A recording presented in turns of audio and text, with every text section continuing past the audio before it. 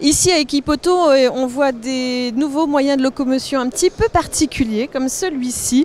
Et pour en savoir plus, j'ai demandé à Emilien de venir m'expliquer ce que c'est, d'où il vient et d'où vient Emilien aussi.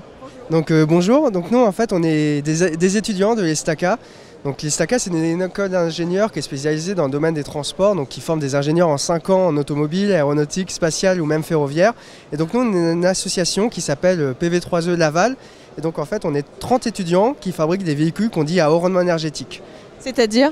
Donc alors clairement c'est des véhicules qui ressemblent un petit peu à ça. Et donc l'objectif c'est d'aller le plus loin possible en utilisant le moins d'énergie. Donc en fait c'est des véhicules qu'on dit ils sont efficients. Et donc aujourd'hui dans l'automobile on recherche de plus en plus les faibles consommations. Et on va dire que vu qu'on est les étudiants et on est les ingénieurs de demain, on travaille déjà dessus. Donc ça nous permet déjà d'appréhender des nouvelles choses. Alors on va se tourner par là, venez avec moi Emilien, comme ça vous allez nous expliquer un petit peu le concept. Venez juste à côté de moi, venez ici et vous allez nous dire alors celui-ci, qu'est-ce qu'il a de particulier ? Donc celui-ci s'appelle l'hydrogène. Donc en fait c'est notre véhicule de cette année. Il a été construit en 2 ans donc au sein de l'école. Donc on a vraiment assuré avec les étudiants l'ensemble de sa construction. Donc c'est-à-dire qu'on a réussi à travailler sur les composites, sur l'instrumentation. Et la particularité de notre voiture en fait c'est sa motorisation. Puisqu'on a une technologie à hydrogène, donc avec une pile à combustible. Donc on participe à des compétitions comme le Shell Eco-Marathon. Donc c'est des compétitions européennes qui regroupent des grandes écoles. Et donc nous on roule en hydrogène, on est une des rares équipes françaises, il y en a actuellement 2, nous et une école de Lyon. Et donc ça fait déjà 10 ans qu'on utilise l'hydrogène. Alors la compétition dont vous me parlez c'est à Londres, hein, c'est ça ? Oui c'est ça, donc la plus connue s'appelle le Shell Eco-Marathon, mais il y a également des compétitions françaises auxquelles on va participer maintenant que la voiture est terminée cette année, comme l'Educ-Eco qui est une compétition de l'ADEME qui est organisée en France. On a également l'Albi Eco-Race qui est une course d'endurance, donc avec ce genre de prototype c'est une première tout simplement en Europe. Alors parlez-nous des innovations que vous avez conçues sur ce véhicule. Donc on est une association recherche et développement, donc on recherche forcément les innovations.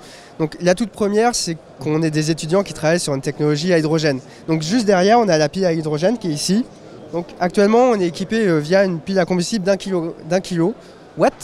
Mais on est en train de travailler en fait sur équiper notre nouveau véhicule pour l'année 2020 avec un nouveau système qui est développé en partenariat avec une entreprise. Et ensuite le volant, il me semble qu'il a aussi quelques particularités. Vu que l'électronique aujourd'hui, on va dire, c'est quelque chose qui est super important dans les véhicules, dans le nôtre aussi. Et donc on a tout un travail sur les faisceaux, sur l'électricité et sur la connexion du volant. Donc c'est ainsi que normalement, ce volant, il envoie des données à l'équipe quand le véhicule roule via une connexion Wi-Fi. Alors il y a évidemment des ceintures de sécurité parce qu'il ne faut pas oublier la sécurité. Donc on est assis dans ce véhicule, c'est bien ça, pour tenir le volant un peu façon F1. C'est ça, je pourrais même dire allongé, puisqu'au final, la tête, on est vraiment à l'intérieur du véhicule. Donc au niveau du gabarit, il faut forcément être un petit peu petit. Donc on a des pilotes qui font moins d'1m60. Parfait pour moi, c'est parfait, je serais bien.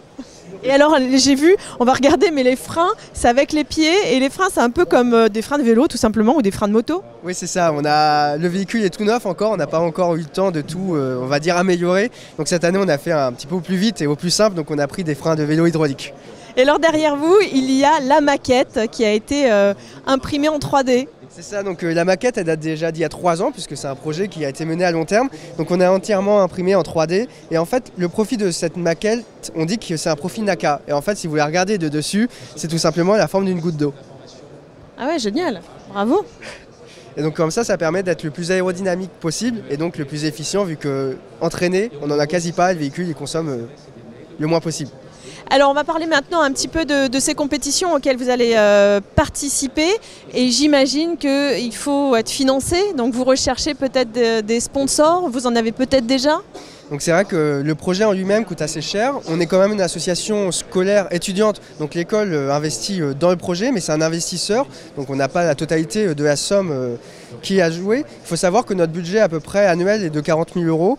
On en a un quart qui est amené par l'école, les 3 quarts sont amenés par nous étudiants via la recherche des sponsors. Donc actuellement on a des sponsors comme la FIEF par exemple qui nous a invités sur ce salon Equipoto. On a également le petit logo qui est à l'arrière du véhicule et après on recherche des entreprises locales et on va dire du secteur automobile comme Forcia qui nous accompagne, Arrow également qui est présent sur ce salon cette année, ou des boîtes de consulting également en ingénierie. Bon, super, merci Emilien, voilà un beau projet. On n'a pas entendu votre merci. Merci. Pour ça, il faut que je passe le micro comme ça. En tous les cas, si vous êtes intéressés, si vous avez envie de les aider, d'aider cette association, rappelez-nous son nom. Ça s'appelle PV3E Laval.